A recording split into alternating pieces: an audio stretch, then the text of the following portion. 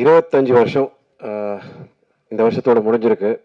இந்த பயணத்தில் நீங்கள் எல்லாரும் என் கூட இருந்திருக்கீங்க, என்னை சப்போர்ட் பண்ணியிருக்கீங்க, ஊக்கம் கொடுத்துருக்கீங்க, வாழ்த்துருக்கீங்க, கிண்டலும் பண்ணியிருக்கலாம். பரவாயில்ல, அதான் கொஞ்சம் காலம் கொஞ்சம் முதல். ஸோ ரொம்ப ரொம்ப நன்றி. 25 இயர்ஸ் கம்ப்ளீட் பண்ணியிருக்கேன். அண்ட் இந்த இயரில் first stage. So very happy. நம்ம தமிழ் சினிமா, தமிழ் சினிமாவோட படத்துக்கு ஃபங்க்ஷனில் சேர்ந்துக்கிட்டாரு. இன்னைக்கு இந்த 22 பிப்ரவரி தான் வந்து ரோஜா கூட்டம் 23 வருஷம் முடிஞ்சது. Time flies. கரெக்டாக இன்றைக்கி தான் பூமிக்காக மெசேஜ் அனுப்பிச்சாங்க, எப்படி இருக்க, வீட்டிலலாம் எப்படி இருக்காங்கன்னு. நான் சொன்ன என்னோட முதல் படம் ஹீரோயினாக இருந்ததுக்கு ரொம்ப நன்றி. இந்த பயணம் அங்கே தான் தொடர்ந்தது. அண்ட் எனக்கு தான் தெரியும் அந்த அந்த அழகான அந்த பொம்மை முகத்துக்கு முன்னாடி எவ்வளோ பெரிய ராட்சசி இருக்குன்னு. ஏன்னா அந்த படம் 2 வருஷம் முடிக்கிறதுக்கு போதும் ஆச்சு. 2000 ஆரம்பித்தோம், 2002 தான் ரிலீஸ் ஆச்சு. What a journey it's been. எனக்கு ஒரு சந்தோஷமான விஷயம் என்னென்னா, இப்போது மேடையில் இருந்த இசையமைப்பாளர் சத்யா சார் இருந்தார். அவரோட பூ படம் கூட என்னோட படம் தான். அண்ட் அதுக்கப்புறம் நான் இளையராஜா சார் கூட ஒர்க் பண்ணிட்டேன். இன்றைக்கி பார்த்தீங்கன்னா நம்ம மியூசிக் டைரக்டர் சுந்தர் சாரும் பாருங்கள். சரி, ஐ ஒர்க் வித் எவ்ரிபடி. அதே மாதிரி தான் சுதா கோங்கராவும் சரி, கேவியானந்தும் சரி, அதே மாதிரி தான் ரங்கராஜன் சாரும். I take this pleasure and honour. எல்லா ஏஜ் குரூப்ஸ்லையும் எல்லாருக்கும் ஒர்க் பண்ணியிருக்கேன். Trust me. சமீப காலத்தில் ஒன்று நடந்துச்சு. ஒரு மாபெரும் வெற்றி கொடுத்த ஒரு இயக்குனர். அதுக்கு முந்திரி படம் வந்து நான் அவரோட முந்திரி படம் பார்த்து ரசித்து அவர் கூட ஒர்க் பண்ண போனேன். 8 மணி கால் ஷீட்னாங்க. நான் வழக்கமாக 7:45 7:30 இருப்பேன். லொக்கேஷன் சார்ஜஸ் மட்டும் 10 லட்சம் ரூபா. வெளிநாட்டில் 3:30 மணி சாயந்தரம் வந்தார். 7 o'clock 6:30 இருப்பார். That's the commitment, dedication. Sir அவள் அமைதியாக இருக்கான்னு பார்த்து ஏமாறாதீங்க. சுனாமிக்கு முன்னாடி ரொம்ப அமைதியாக இருக்கும். சத்தியமாக என்னால் முடியவே இல்லை சார். பிரேக்கே கொடுக்க மாட்டார். ஓட்டம். ஏன்னா அவரோட பயம் என்னென்னா, தாமதம் ஆகிடக்கூடாது, நேரத்தில் முடித்து ப்ரொடியூசரோட செலவை மிச்சம் பண்ணணும், டைமில் முடிச்சிடணும்னு. அந்த கடைசி 6:30 மணி வரைக்கும், அந்த 6:30 அப்படின்னு சொல்கிற வரைக்கும் இன்னும் எதனா ஒரு ஷார்ட் எடுத்துடலாமா, கேட்டு கூட வந்துட்டு இருப்போம். ஓகே அப்படின்றாரு. அதாவது இந்த கடைசி நிமிஷத்து வரைக்கும் வேலை செய்யணும்னு ஆசைப்படுறாரு. I really appreciate people. யாராவது இந்த மாதிரி வேலை செய்யணும்னு ஆசைப்படுறாங்க பார்த்தீங்களா? You should encourage. And I'm glad sir, அவரோட இந்த கனவில் நான் இருந்திருக்கேன். ரொம்ப சந்தோஷப்படுறேன். நான் என்றைக்குமே எனக்கு தெரிஞ்ச சினிமா தான். எனக்கு எழுத படிக்க தெரியாது, படிப்பு ஏறல, டிகிரி முடிச்சிட்டேன். பட் எனக்கு சினிமா தவிர்த்து எதுவுமே தெரியாது. நண்பன் படத்தோட காட்சி மாதிரி தான். எங்கள் அப்பா கிட்ட சொன்னேன், எனக்கு வேறு எதுவுமே ஏற மாட்டேங்குது. ஸோ சுற்றி ஒழிச்சு பார்த்தாலும் எனக்கு சினிமா தான். சச்சோமா மாதிரி தான். நீங்கள் பாருங்களேன், இன்றைக்கும் அதே அப்படியே இருப்பாங்க. She is actually the inspiration. வரும்போது சீடை முறுக்கு எல்லாம் கொடுத்து ஏதோ ஒன்று எல்லாரும் கூட சிரிச்சு பேசிக்கிட்டே இருப்பாங்க. That's good vibes. நான் கடைசி வரைக்கும் சினிமா தான் இருக்கணும்னு ஆசைப்பட்றேன். I am very very happy to be in cinema. Please, நம்ம எல்லாருமே வந்து நம்ம இண்டஸ்ட்ரி பற்றி நிறையா கிண்டல் பண்ணுறோம். நான் ராஜன் சார் இருக்கும்போது பேசணும்னு நினச்சிட்டு இருந்தேன். சார், தண்ணி அடிக்கிறதுல ஆண் பெண் அந்த வேறுபாடெலாம் கிடையாது. அது யார் சொன்னாங்க அந்த கலாச்சாரம்னு சொல்லி? அதெல்லாம் ஒன்றும் கிடையாது சார். அதே மாதிரி ஆடைகள் பற்றியும் வந்து சொல்லக்கூடாது. எது போட்டுக்காதீங்க. ஒரு தயாரிப்பாளர் வந்து இயக்குனர் வந்து தயாரிப்பாளர் கேட்பாரு, எனக்கு ஆகாயம் வேணும், சந்திரன் வேணும், சூரியன் வேணும், கொடுத்துருவாங்களா? இல்லைல்ல. எங்களுக்கு தெரியும் சத்யஜி சாகரன் சார், உங்களுக்கு அந்த விஷயம் தெரியுமா? பக் மாலப்புரா லொக்கேஷன் வந்து டைரக்டர் வந்து அந்த லொக்கேஷன் சரியில்லைன்னு சொன்ன உடனே ஓகேன்னாரு. அதுக்கப்புறம் நீங்களே போட்டு எடுத்துக்கோங்கன்னு அடுத்த வாட்டி கேட்கும்போது செட்டு போட்டு எடுத்தாங்க. படம் பார்த்து வந்து பாராட்டிட்டு வெரி நைஸ், கங்க்ராச்சுலேஷன், நல்ல முடிவு பண்ணீங்கன்னு சொன்னார். நான் ஒரு பாட்டு ஹிட்டு, படம் ஹிட்டு, திருப்பி கொடுத்துருவா காசுன்னு சொன்னார். That is my policy. கேட்டதை கொடுத்தேன், பயன்படுத்தலை, திரும்ப கொடுக்க மாட்டேன். நான் என் பாலிசியை மாற்ற மாட்டேன். That means I am manipulative, சந்தர்ப்பவாதின்னு. That is how it is. அதே மாதிரி தான் சொல்கிறேன். நீங்கள் இன்றைக்கி போய் வந்து சாய்ப்பள்ளி அவங்களுக்கு வந்து அந்த மாதிரி ஆடை கொடுத்து பாருங்க, ஒத்துப்பாங்களா? வேண்டாம்னு சொல்ல கற்றுக்கிட்டோம், அவ்வளோதான். எது பிடிக்கும் எது பிடிக்காதுன்னு மக்கள் டிசைட் பண்ணிக்கிட்டோம் சார். சினிமா அதாவது இன்னைக்கு 5 வருஷம் ஆச்சு சார். எனக்கு தெரிஞ்ச என்னோட ஃபேவரட் ஃபிலிம்ஸ் சதுரங்கம். அந்த படம் வந்து பூஜைக்கே விற்று போச்சு. ஆனால் அந்த படத்தை வந்து ஏதோ ஒரு வகையில் கொண்டுட்டாங்க. என்ன பண்ணி பார்த்தாலும் தெரியல, யாரோட தப்புன்னு தெரியல, எல்லா உழைப்பும் போச்சு. திடீர்னு ஒரு படம் 12 வருஷம் கழிச்சு ரிலீஸ் ஆகுது, ஓடுது. குட் வைப்ஸ், சந்தோஷப்படுவோம் sir. It's a very nice thing. அதாவது யாருக்கு என்ன பிடிக்கும் சொல்லவே முடியாது. நம்ம இண்டஸ்ட்ரி அதாவது சார் எல்லாரும் நம்ம ஊர்ல வந்து தொழில் பண்ணுவாங்க, இங்கதான் கத்துப்பாங்க, ஸ்டுடியோலாம் இங்கே தான் இருந்துச்சு. ஹைதராபாத்ல 25 ஸ்டுடியோ இருக்கு. It feels very sad. At least தயாரிப்பாளர் சங்கத்துக்கும் பெப்சிக்கும் ஆஃபீஸஸ் இருக்கு, நடிகர் சங்கத்துக்கு இல்லை. இது கவலைப்படக்கூடிய விஷயம் சார். இதை பத்தி நம்ம யோசிப்போம். ஒற்றுமை இல்லை சார். பிரச்சனை இல்லை தெரியுமா சார்? எல்லாம் வந்து 2 கட்சியா பிரிஞ்சிடுறாங்க. ஒன்று சேர்ந்து முதல்ல இந்த இண்டஸ்ட்ரியை காப்பாற்றுவோம் sir. That is what we need. Cinema ரொம்ப ஆரோக்கியமா இருக்கும். சம்பளம் ஏற்றல சார். எனக்கு இன்னும் போன படத்து இப்போ ரிலீஸ் ஆன படத்துக்கு கூட எனக்கு 10 லட்சம் பாக்கி இருக்கு. It's okay. நான் ஒரு படம் வந்து முழு சம்பளம் வாங்கியிருக்கேன். வாங்கிட்டு அந்த தயாரிப்பாளருக்கு நான் திருப்பி கொடுத்துருக்கேன். அதுக்கு மேலே திருப்பி கடன் வாங்கி கொடுத்துருக்கேன். நம்ம இட்ஸ் அ ஃபேமிலி, அவ்வளோதான். I am very happy that I am still there in this industry. இன்றைக்கும் எனக்கு படங்கள் கிடச்சிட்டு இருக்கு, ஓடிக்கிட்டு தான் இருக்கேன். 48 மணி நேரத்தில் நான் 7 மணி நேரம் தூங்கியிருப்பேன். துபாய், ஹைதராபாத், விஜயவாடா, இப்போ சேலம் போயிட்டு இங்கே வந்திருக்கேன். Still same vibe. ஏன்னா it feels nice. Rangarajan sir மாதிரி எனர்ஜெட்டிக் பீப்புள் பார்க்கும்போது சார் டிசிப்ளின் லைஃப்ல இருந்துச்சு, every thing is there sir. I still feel happy that இந்த மாதிரி ஒரு ஆசையோடு எடுத்துட்டு வந்து கொடுக்குறாங்க. Let us watch it, encourage sir. எனக்கு நல்ல ஞாபகம் இருக்கு, அந்த டைம்ல வந்து அவரோட படத்தோட போஸ்டர் அப்போ கை தட்டியிருக்காங்க. நான் டைரக்டருக்கு டைட்டில் கார்டு கை தட்டுறாங்களேன்னு அப்போ கேட்டிருக்கேன். இதுதான் புரியுது. It's very rare to C directors title கார்டுக்கு கிளாப்ஸ் இன்னைக்கு. Right sir? இன்னைக்கு வந்து சூப்பர் ஸ்டார் வந்ததுன்னா விசில் அடிக்கிறோம், எல்லாம் இளைய தளபதியோ தலை அப்படின்னா அடிக்கிறோம். Directors those are days. நீங்க பாத்தீங்கன்னா ஆர்கே செல்வராஜ் சார் காம்ப்ரமைஸ் பண்ண மாட்டாரு. Grandeur. they gave heart and soul and please let's all be யூனிட்டியோட நம்ம இண்டஸ்ட்ரியை திருப்பி எதனா பெட்டர் ஆக்க முடியுமா, இன்னும் ஸ்டுடியோஸ் உருவாக்க முடியுமான்னு பார்ப்போம். I love Tamil cinema. எனக்கு என்னன்னா வந்தவங்க எல்லாருக்கும் வேலை கொடுத்துருக்கு, இன்னைக்கு எனக்கு வேலை கொடுத்துக்கிட்டே இருக்கு. இடையில எதனா ஃபிளாப் எல்லாம் கொடுத்தா கூட பாருங்க, டப்புன்னு திருப்பி ஒரு வேலை கொடுத்துரும். ஒரு வாட்டி மக்கள் மனசுல இடம் பிடிச்சிட்டோம்னா you always there. And I am very happy that உங்க மனசுல எனக்கு இடம் கொடுத்துருக்கீங்க. அவங்களுக்கும் நம்பிக்கை இருக்கு. ஒரு நல்ல படம் வந்துச்சுன்னா தம்பி கண்டிப்பா நான் இன்னும் காதலிச்சு தான் இருப்பேன். காற்று கழுத்து புரியாக எங்கேயும் நிறைந்த போய் காதல் மட்டும்தான். இப்போதான் அவங்க கேட்டாங்க, ஐயோ பேர் சொல்ல மறந்துட்டேன் அப்படின்னு. இன்னொரு படம் கூட என் கூட சேர்ந்து நடிச்சாங்கன்னு மறந்துட்டாங்க. ஸோ அவங்க இடையில கேப்ல கேட்டாங்க, அம்மா இப்போ யார் உங்க கேர்ள் ஃப்ரெண்ட்னாங்க. நான் ஒன்று எஸ் வந்தனா அப்படின்னேன். அப்படின்னாங்க. You know what? It's love. Let's all be happy. Let's be lively and let's not fight. Enjoy doing movies. ஆக்டர்ஸோட சேலரி நீங்க தான் ஏற்றுறீங்க, போட்டு எல்லாம் கொடுத்துறீங்க. அதுக்கப்புறம் ஏன் கம்ப்ளைண்ட் பண்றீங்க? கொடுக்க முடியாதவங்க கம்ப்ளைண்ட் பண்றாங்க, கொடுக்குறவங்க கம்ப்ளைண்ட் பண்றாங்களா? Thank you sir, love you all. நான் இப்போதான் ஸ்ரீகாந்த் மேடையில் பேசி நான் பார்க்குறேன். இது போல திரையில இருந்தா நீ தான் சூப்பர் ஸ்டாரா இருப்பாப்பா. இவ்வளோ எனர்ஜெட்டிக்கா இருக்க, நீ ஏதோ சாம்பார் மாதிரி வந்து சாம்பார் மாதிரி போயிட்டு இருக்க. இவ்வளோ எமோஷனா, இவ்வளோ ட்ரூத்ஃபுல்லா இருக்க, இவ்வளோ இதுவா பேசுற. நீ இதே உன்னோட ஒரிஜினல் கேரக்டரா நீ பண்ணி இருக்கணும். நீ வந்து படத்துலயும் நீ பண்ணோம். அது இல்ல அதுலயும் இப்ப என்ன பார்த்தா அந்த மௌனவாதத்துல சந்திரமௌனமே தெரிஞ்ச நீ அவ்வளவு. இதுல நீ 10% பண்ணியிருந்தாயே நீ வந்து. ஆனாலும் 25 வருஷம் ஆச்சுங்கிறத நம்பவே முடியலப்பா என்னால. நீ அதனால நான் வந்து ஸ்ரீகாந்தோட ஒரு படம் பண்ணணும். நான் வந்து பண்ணேன் 2002 வந்து நான் ஒரு கூப்பிட்டு ஒரு படம் பண்ணுறதுக்காக கூப்பிட்டு பேசியிருந்தேன். அப்போ ஏதோ ஒரு கான்ட்ராக்டில் இருந்தார், ஆஸ்கர் மூவிஸ்க்கு அடுத்து ஏதோ படம் பண்ணணும் அப்படின்னு. அதனால நான் அந்த படம் பண்ண முடியாமல் போயிடுச்சு வந்து. ஏன்னா அந்த பன்னீர் வந்து அவர் என்னோட கேமராமேன், அவர் அந்த படம் பண்ணிட்டு இருந்தார். ஸ்டில்ஸ்லாம் எனக்கு முதல்ல கொடுத்துருந்தார். S S. அப்போ நான் பார்க்கும்போது ரொம்ப எனக்கு வந்து 90ல் பிரசாந்தை பார்த்த மாதிரி அவ்வளோ வந்து ரொம்ப சாஃப்டாக ரொம்ப அழகாக ஒரு எனக்கு தெரிஞ்சுது. சரி இவரை எப்படி வச்சு ஒரு அடுத்த ஒரு லவ் சப்ஜெக்ட் பண்ணலாம் நான் வந்து ட்ரை பண்ணேன்.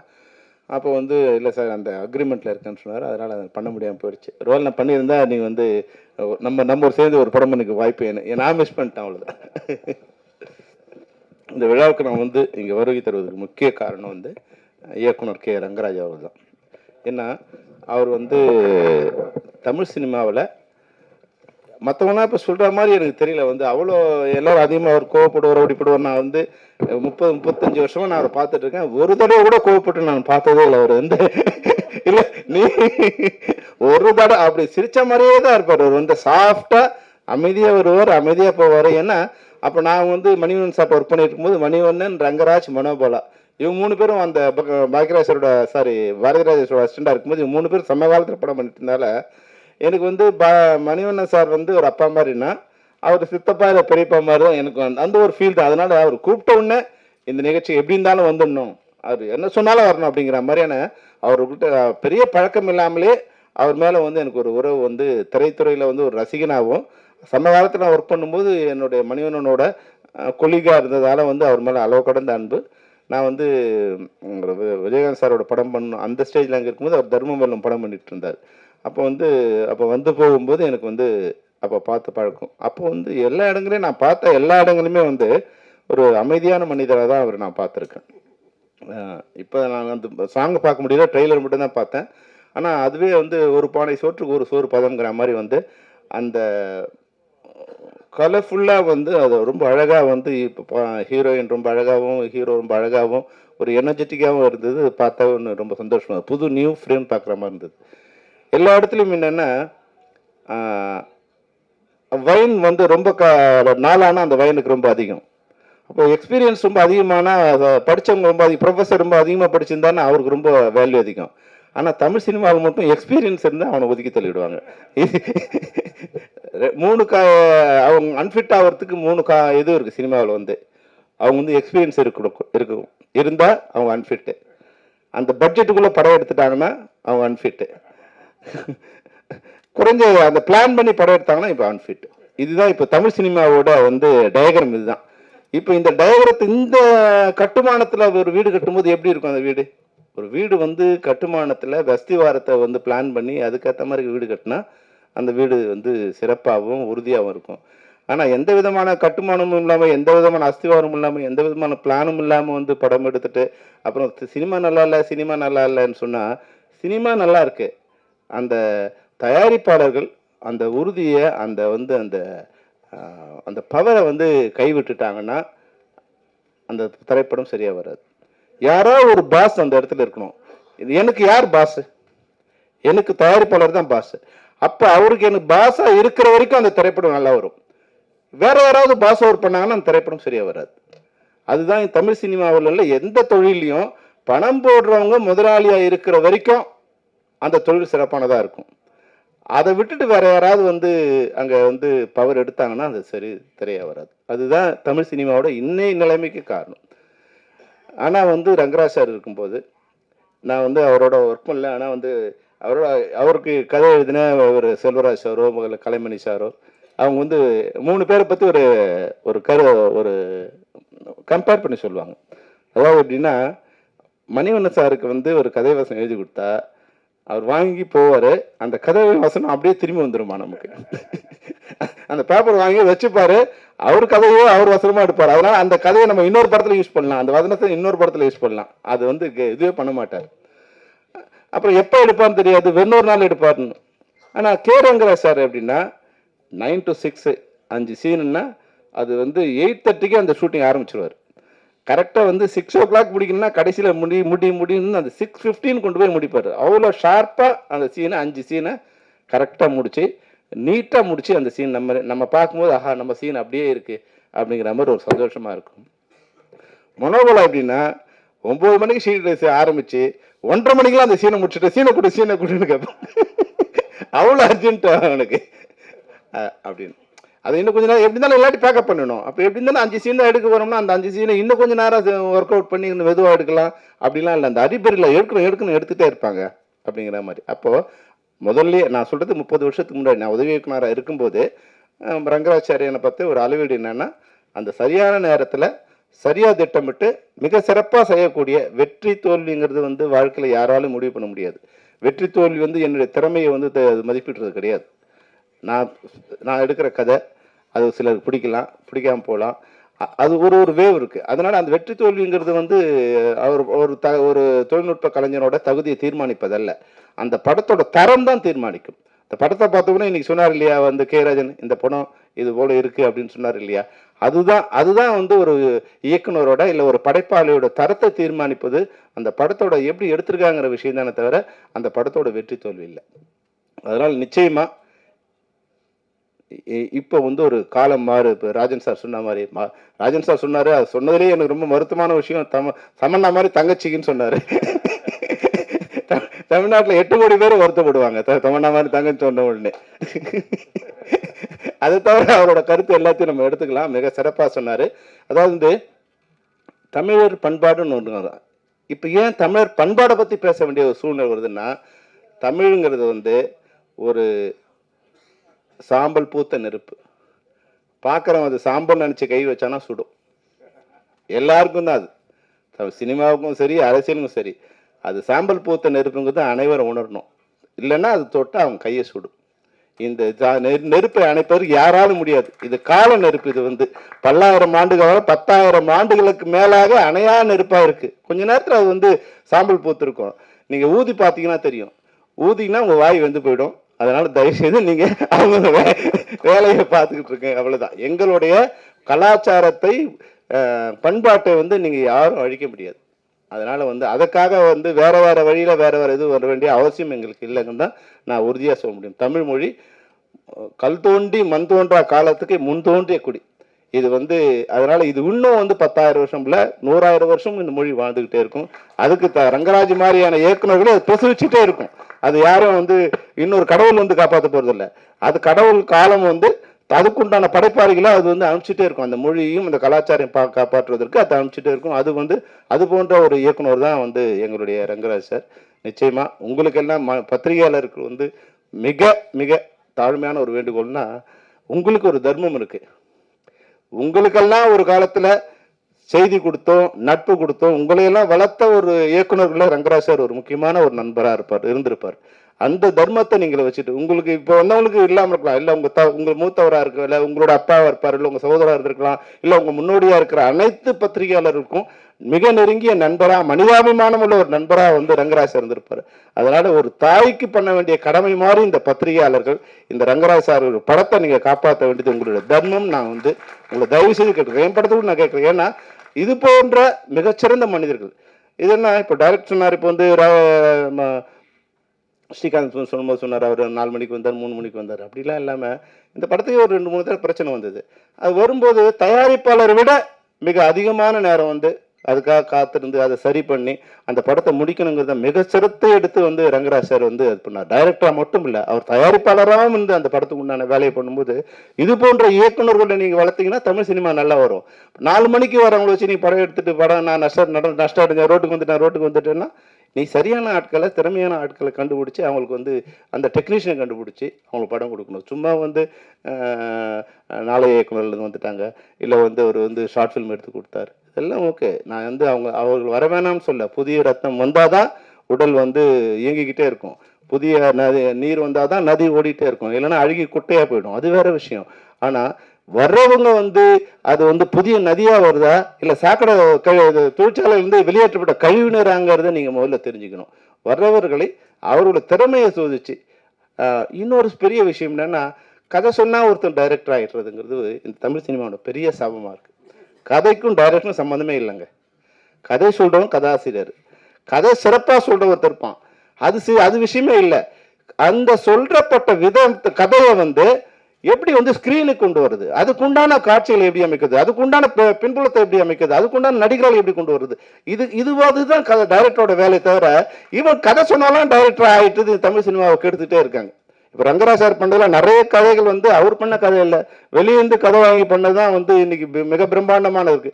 அப்போ இயக்குநர்களுக்கே வந்து ஒரு நோய் இப்போ வந்துடுச்சுன்னா, ஒரு கதை சொல்லியிருக்கேன் சார், அவர் ஓகே பண்ண டைரக்டர், கதை ஓகே பண்ணால் எப்படியா டைரக்ட் பண்ண முடியும் சொல்லுங்க. நீங்க கார் வாங்கினவங்களாம் டிரைவர் ஆக முடியாது இல்லையா? டிரைவிங் தெரிஞ்சவன் தான் டிரைவர். கார் வாங்கிட்டா டிரைவர் நம்ம கொடுக்கறது இல்லை. அப்போ எல்லாத்துக்கும் தராதரம் பார்த்து நம்ம பண்றவங்க வந்து டைரக்ஷன் கூட இன்னைக்கு வந்து அவங்களுடைய இது எப்படி கொண்டு அந்த ஆன் பட்ஜெட்ல கொண்டு வர முடியுமா? ஒரு கதை வந்து மணிரத்னம் சார் வந்து பொன்னியின் செல்வனை வந்து 120 நாள்ல 2 பார்ட்டும் படம் முடிஞ்சது. மொத்தம் வந்து 1000 நாள் ஷூட் பண்ணணும். அப்போ அவங்களால எப்படி முடியுது? அப்போ அது போன்ற திறமை மிக்க இளைஞர்களை இல்லை படைப்பாளிகளை தேர்வு செய்து தமிழ் சினிமா வர வரைக்கும் தமிழ் சினிமா வாழ்ந்துகிட்டே இருக்கும். அதில் எந்த பிரச்சனையும் இருக்காது. அது போன்ற இயக்குநர்கள் ஒருத்தர் வந்து எங்களுடைய இயக்குனர் ரங்கராஜ். அது போன்ற பேர்லேயே மாணிக்கமாக இருக்கார் ஒருத்தர். இந்த மேடையில் என் படம் வந்து ஆடியோ ரிலீஸ்க்கு முன்னாடி என் சம்பளத்தை கொடுத்துட்டான்னு சொன்ன ஒரே தயாரிப்பாளர் பேர் வந்து மாணிக்கம் தான். பேர்ல மட்டும் மாணிக்கம் இல்லை, நீங்க மாணிக்கமாகவும் இருக்கீங்க. அந்த வகையில் இந்த தயாரிப்பாளரும் ரங்கராஜ் சார் வந்து தனக்கு ஒரு வாழ்க்கை வந்தது, தான் மேலே வந்துடணும் அப்படின்னு நினைக்காம அவர் சூஸ் பண்ண எல்லா டெக்னீஷியனும் பாருங்க, எல்லாருக்குமே இந்த படம் ஒரு வாழ்க்கை தர படமாக அமைச்சிருக்கு. தனக்கு ஒரு வாழ்க்கை வரும்போது தன்னோட சேர்ந்த எல்லாருமே இல்லை தன்னை போல இருக்கிற எல்லாருமே தேர்ந்தெடுத்து ஒரு கொடுக்குறது. அப்பா நானே இப்போ தான் படம் பண்ண போகிறேன், உங்களெல்லாம் எப்படி நான் சான்ஸ் கொடுக்குறதுன்னா இன்னைக்கு சொல்லுவாங்க. ஆனால் அது போல இல்லாமல் எல்லா கலைஞர்களையுமே, எல்லா தொழில்நுட்ப கலைஞர்களுமே திறமையானவங்களை வந்து அவங்க வந்து மார்க்கெட் இல்லைங்கிற காரணத்துக்கெல்லாம் அவங்க நிராகரிக்காம யார் திறமையானவங்களோ, தாமோதர்ல இருந்து ஆர்கே சுந்தர்ல இருந்து எடிட்டர்ல இருந்து எல்லாரையுமே வந்து தேர்ந்தெடுத்து உங்களுக்கு வந்து கொடுத்துருக்காருன்னா அது ரங்கராஜ் சாரோட நம்பிக்கை, தைரியம். அதுக்கு வந்து துணை போன திரு மாணிக்கம் அவர்களுக்கு எங்களுடைய வாழ்த்தை தெரிவிக்கிறேன். அதுபோல் வந்து நிச்சயமா ஹீரோயின் உண்மையிலே ரொம்ப அழகா இருக்காங்க. அவங்க படத்துல விட நேரில் பார்க்க அழகா இருக்காங்க. அதுக்கு நீங்க கொஞ்சம் எங்களோட காடியெல்லாம் இருக்கணும். நீங்க இந்த படம் முடிச்சீங்கன்னா ஒத்துக்கிட்டீங்கன்னா எப்படியாவது கொஞ்சம் ஃப்ரிக்ஷன் இல்லாம அதை வந்து படத்தை முடிச்சு கொடுத்துடணும். நீங்க உங்களோட வாழ்க்கை இன்னும் ரொம்ப நாள் இருக்கு, இப்பதான் நீங்க என்ட்ரியா இருக்கீங்க. இது ஏன்னா என்னோட ஒய்ஃபுக்கு வரும்போது அது மாதிரி ஒரு பிரச்சனை வந்துருச்சு. இங்கேயும் அங்கேயும் கால் ஷீட் கொடுத்துட்டு 2 படத்தையும் பண்ண முடியாம இருக்கும்போது அதை தகராறு இல்லாம பண்ணிக்கணும். 2 பேரும் ஹர்ட் பண்ணாம வந்து அதை ஸ்மூத் பண்ணிக்கிற மாதிரியான மேனேஜர் இருக்கணும். அவங்க நமக்கு வந்து மேனேஜர் வந்து உங்களோட அதிகமா வந்து ஓவர் ஆக்ஷன் பண்ணக்கூடாது. அவங்க கொஞ்சம் அன்பா இருந்து எங்க மேனேஜர் இருக்காங்க. ஏன்னா நமக்கு வர்றவங்க வந்து நம்ம ஒரு ஸ்டேஜ் வர்ற வரைக்கும் அவங்க நமக்கு பொலைட்டா இருந்தாங்கன்னா அது கொஞ்சம் சீக்கிரமா முடியும். அப்படி இல்லாம வந்து அவங்க நம்ம செலிபிரிட்டியோட ஃபெமிலியாட்டு வச்சு அவங்க கொஞ்சம் அதிகமா பண்ணாங்கன்னா அந்த கோபம் வந்து நம்ம மேல்தான், ஹீரோ மேலேயோ இல்லை ஹீரோயின் மேலே தான் வரும். அதனால அவங்க நம்மளோட மேனேஜர் வந்து நமக்கு நேரம் இல்லைங்கிறதுக்காக தான் நம்ம மேனேஜர் வச்சுக்கிறோம். மேனேஜர் பிடிக்கிறதுக்கே ஒரு வேலை இருக்கு. அவருக்கு ஃபோன் பண்ணாருங்களா சார், நீங்க எனக்கு ஃபோன் பண்ணி கொடுங்க சாருங்கிற நிலைமைக்கு வந்து அது போன்ற இருக்கிற மேனேஜர்களை நீங்க மாத்திக்கணும். எந்த பெரிய தயாரிப்பாளரோ சின்ன தயாரிப்பாளரோ அவங்க கூப்பிட்டு அவங்களோட காலுக்கு வந்து நீங்க அவைலபிள் இல்லாமல் இருக்கலாம், ஆனால் உங்க மேனேஜர் வந்து அவைலபிளா இருந்தே தரணும். அது மாதிரியான மேனேஜர்களை தான் நீங்க வச்சுக்கணும். அப்போதான் வந்து இந்த படம் சிறப்பாக இருக்கும். நீங்க உண்மையிலே ரொம்ப அழகா இருக்கீங்க. நிச்சயமா நீங்க உங்களுக்கு தமிழ் சினிமாவில் ஒரு பெரிய எதிர்காலம் இருக்கு. அது போல வந்து தம்பி சகோதரர் ஸ்ரீகாந்த் வந்து ஒரு படம் 2-3 படத்துக்கு ஹீரோயின் அவர் தான் என்னோட இது ரெக்கமெண்ட் பண்ணாருன்னாங்க. அவங்க வந்து ஹீரோயின் உங்க பின்னாடி ஒழிஞ்சிக்கூடாது. அதான் வந்து ரெக்கமெண்ட் பண்ணலாம், பரிந்துரைக்கலாம், ஆனால் யார் பின்னாடி யாரும் ஒழிஞ்சிக்கூடாது. அந்த டைரக்டருக்கு அந்த ப்ரொடியூசருக்கு அவங்க கொடுக்க வேண்டிய வேல்யூ கொடுத்துட்டே இருக்கணும். அப்போ தான் வந்து அந்த இப்போ எப்படி நீங்கள் எல்லாரும் சேர்ந்து இந்த படத்தை சிறப்பாக முடிச்சிங்களோ அது உங்களுக்கு எவ்வளோ சிரமம் இருந்ததோ அது தெரியாது. இந்த சிரமத்தெல்லாம் வந்து நான் வெளியே சொல்ல வேண்டிய அவசியம் இல்லை. ஆனால் நீங்கள் ஸ்க்ரீனில் என்ன கொடுக்குறீங்க, உங்கள் ஸ்க்ரீனை பார்க்கும் இந்த படத்தில் இல்லை சார், இந்த படத்தில் இல்லை. இந்த படத்தில் வந்து ரங்கராஜ் சாரே தான் சூஸ் பண்ணான்னு சொன்னார். இந்த கஷ்டம்லாம் நம்ம எவ்வளோ கஷ்டப்பட்டாலும் இப்போ என்னன்னா படத்தை ஷூட்டிங் போகும்போது ஷூட்டிங்ல எப்படி இருக்கு, அங்கே 5 கேரவன் இருக்கா, 10 கார் இருக்குதா, இந்த என்ன கேமரா இருக்கு, இதெல்லாம் நம்மளோட பெருமைக்கு நம்மளோட ஈகோவுக்கு தானே தவிர அதெல்லாம் ஸ்க்ரீனில் வரப்போறது இல்லை. ஸ்க்ரீனில் என்ன வரப்போகுதுன்னா நீங்கள் கேமரா முன்னாடி என்னென்னலாம் இருக்கோ அதுதான் ஸ்க்ரீனில் வரப்போகுது. அதனால அந்த அளவுக்கு மிக சிறப்பாக பண்ண இன்னைக்கு ராஜன் சார் சொன்ன மாதிரி சிறிய படங்கள்லாம், கதையுள்ள படங்கள்லாம், தரமான படங்கள் எல்லாம் மிகப்பெரிய வெற்றியை நோக்கி அடைஞ்சிருக்கு. அதனால வந்து யாரும் இனி பயப்பட வேண்டிய அவசியம் இல்லை. நம்ம என்ன பண்ணிட்டோம், அரசனை நம்பி புருஷனை கைவிட்ட மாதிரி ஓடிடி வந்துட்டு சேட்டலைட் வச்சிருந்து பேன் இண்டியா பண்ணோம்னு ஆரம்பிக்கும் போதே பேன் இண்டியா படம் பண்றது. தமிழ்நாட்டிலே படம் பண்ண முடியாதவங்க பேன் இண்டியா படம் பண்ணி என்ன பண்றது, எந்த ஊர்லயும் ஓடல, அந்த ஊருக்கு படம் எடுக்கிறேன்னு அவன் சொல்றான் இது தமிழ்நாட்டில் நல்லா இருக்குங்கிறான். தமிழ்நாட்டில் பார்க்குறோம் சார், இது தெலுங்கு படம் மாதிரி இருக்கேன்னா அதுல ஒரு ஆர்டிஸ்ட் இதுல ஒரு ஆர்டிஸ்ட், எல்லாத்தையும் மட்டும் பிரியாணி பண்ணணும்னா அதுல மட்டன் போடணும், நீ சாம்பார் போடணும்னா அதுல வந்து பருப்பு போடணும், 2த்தையும் போட்டு போனீங்கன்னா எப்படி இருக்கும். நான் எல்லாம் பேன் இண்டியா படம் பண்ணணும்னா முடிஞ்சவன் பேன் இண்டியா படம், ஜெயிலர் படம் பண்ணானா அதுக்கேற்ற ஆர்டிஸ்ட் போட்டு பேன் இண்டியா படம் பண்றாங்க. நீ வந்து 2 கோடியில படம் ஆரம்பிக்க போனா இதுவும் பேன் இண்டியா படம். அதை வந்து புளியை பார்த்து போன சூடு போட்டுட்டா மாதிரி நானும் பேன் இண்டியா படம் பண்ணேன்னு அது எந்த இந்தியாவுக்குமான இல்லாம படம் ஆயிடுது. அதனால நம் மண்ணுக்கான படங்களை நீங்க எடுங்க. நம்ம திரையரங்குல படம் ரிலீஸ் ஆனா மட்டும்தான் அது திரைப்படம். ஓடிடியில் வந்தாலும் சேட்டலைட் வந்தாலும் படம் இல்லை. நம் திரையரங்களை நம்மளை வாழ வைக்க வைக்கின்றோம். நம்ம திரையரங்கு இருக்கிற வரைக்கும் சினிமா இருந்துட்டே இருக்கும். அதனால ஓடிடிங்கிறது எக்ஸ்ட்ரா வருமானமா இருக்கணுமே தவிர ஓடிடிக்காகவே நீங்க படம் எடுக்காதீங்க. திரையரங்கத்துல படம் எடுங்க. திரையரங்கத்துல பார்க்கறவங்க தான் ரசிகர்கள். வீட்டில் பார்க்குறவங்களும் ஃபோனில் பார்க்குறவங்களும் அவங்களாம் ரசிகர்கள் இல்லை. ஆனால் அந்த வருமானம் தயாரிப்பாளருக்கு வரப்போறதும் இல்லை. அதனால திரையரங்களை வாழ வைக்கிற மாதிரியான திரைப்படங்களை தான் இயக்குநர்களோ தயாரிப்பாளர்களோ தயாரிக்க வேண்டும். அப்பொழுது தான் தமிழ் சினிமா நல்லா வரும். இப்போ வந்து உண்மையாகவே தமிழ் சினிமா ஒரு நல்ல வளர்ச்சியை நோக்கி போயிட்டுருக்கு. நல்ல வளர்ச்சியை நோக்கி போயிட்டுருக்கு. அது ஒரு 3 நாள் 100 நாள் ஓடி வர வேண்டிய கலெக்ஷன் 3 நாளே வரக்கூடிய வாய்ப்பு இருக்குது. அது நீங்கள் நன்கு உணர்ந்து சிறிய திரைப்படங்களை இப்போது நம்மகிட்ட ரஜினிகாந்த் சார் டேட் இல்லை. அப்போ நம்ம என்ன பண்ணணும்? 2 தான். நம்மகிட்ட பணம் இல்லை, ரஜினிகாந்த் டேட் இல்லை. அப்போ என்ன பண்ணணும்? அதுக்கு ஒரு படம் இருக்குன்னா என்ன பண்ணணும்? நம்ம அறிவு தான் பணம், நம்ம அறிவு தான் ரஜினிகாந்த். அதை சரியாக வச்சு நீங்கள் சரியான கதையை நீங்கள் பண்ணீங்கன்னா அந்த படம் அதோட காம்படிட் பண்ணக்கூடிய ஜெயிக்கக்கூடிய ஒரு நல்ல வாய்ப்பு தமிழ் சினிமாவில் இன்னைக்கு இருக்குது. நீங்கள் இன்னைக்கு படம் எடுத்தீங்கன்னா உலகத்தில் இருக்க எல்லாரும் படம் பார்க்கக்கூடிய விரும்புகிறாங்க. தமிழ் படத்தை உலகத்தில் இருக்க அனைவரும், தமிழ்நாட்டில் மட்டும் இல்லை, தமிழ் படமாக பார்க்க விரும்புகிறாங்க.